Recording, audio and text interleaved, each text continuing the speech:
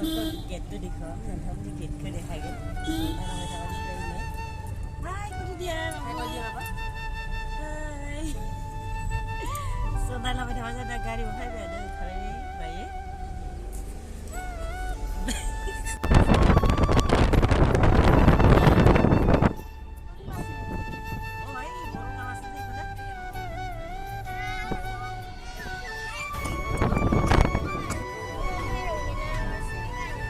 फैलायबाय दिनै फिन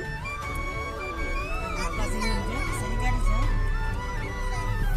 हौइ नैथिं गारि नुदों इफाले देखा दिसोनो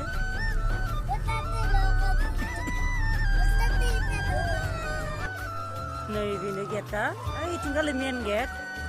गोविन्द भवन गीता सत्र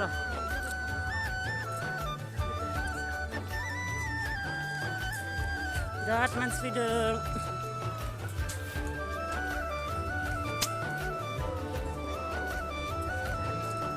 बिराद मानसि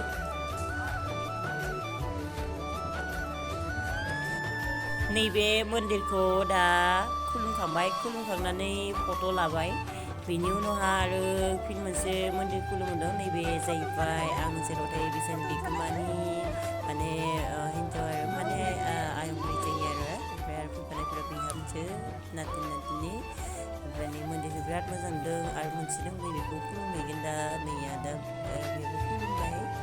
स' खालामबाय थादों आरो जोबजासिम फट'बो लाबाय बेयावहा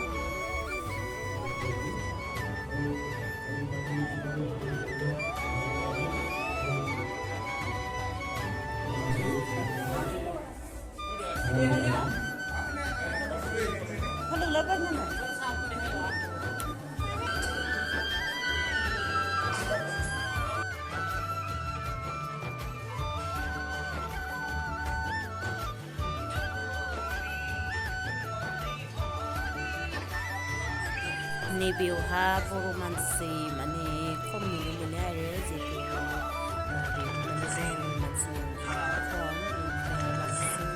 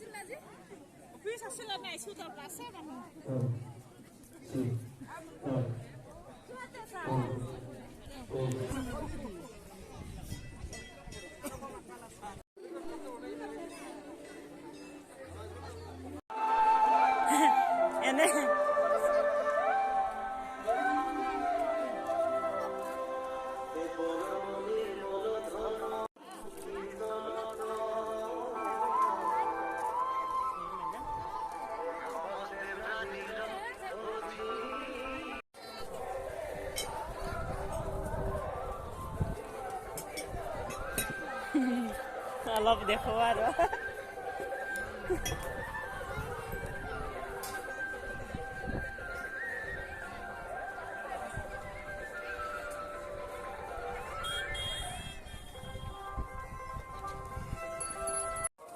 ভিডিও মেকাৰ হে মই